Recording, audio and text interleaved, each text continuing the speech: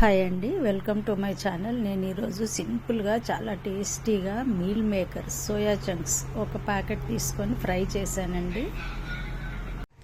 Meal maker కర్రీని సింపుల్గా బాగా టేస్టీగా చేసుకోవాలంటే చూడండి ఎలా చేసుకోవాలో చూద్దాము. నేను ఒక ప్యాకెట్ తీసుకున్నానండి. దీన్ని నానబెట్టుకున్నాను 10 మినిట్స్, 2-3 సార్లు కడిగి తీసుకున్నాను.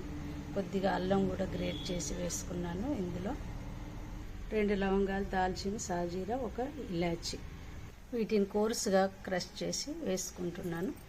ఉల్లి ముక్కలు 100 గ్రామ్స్, ఒక 30 గ్రామ్స్ టొమాటో,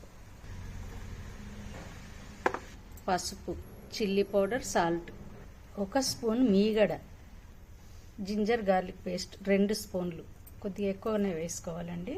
ఫస్ట్ నేను గ్రేట్ చేసుకున్న అల్లం వేసాను, ఒక 1/2 స్పూన్. వీటన్నిటిని కలుపుకోవాలండి. మీ వద్ద మీగడ లేకపోతే పాలైనా వేయొచ్చు, లేదంటే పుల్లగా లేని పెరుగైనా వేసుకోవచ్చు, లేదంటే నెయ్యి అయినా వేసుకోవచ్చు. ఇలా బాగా కలుపుకున్న తర్వాత వీటిని కుక్కర్లో వేసుకోవాలి. ఇప్పుడు నేను 2 కప్పుల వాటరు మీల్ మేకర్ కలిపిన గిన్నెలో వేసాను. దీన్ని కుక్కర్లో పోసేస్తున్నాను. స్టవ్ అంటించి కుక్కర్ని పెట్టేస్తున్నాను. ఫ్లేమ్ సిమ్లో పెడుతున్నాను. ఒకసారి ఇలా కలుపుకోవాలి.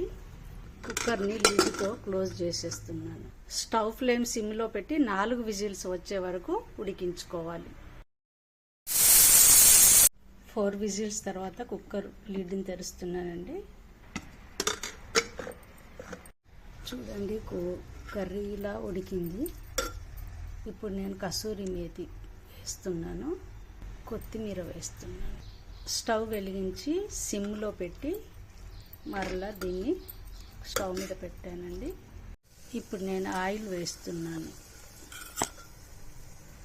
ఇలా కలుపుకోవాలి. 3 నిమిషాల తర్వాత కొద్దిగా కొత్తిమీర వేసి స్టవ్ ఆఫ్ చేస్తున్నాను. ఇప్పుడు ఇది ఉడికిపోయిందండి.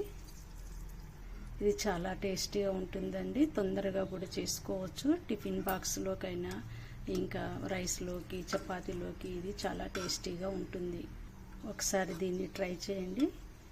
Thank you for watching. Please like, share and subscribe.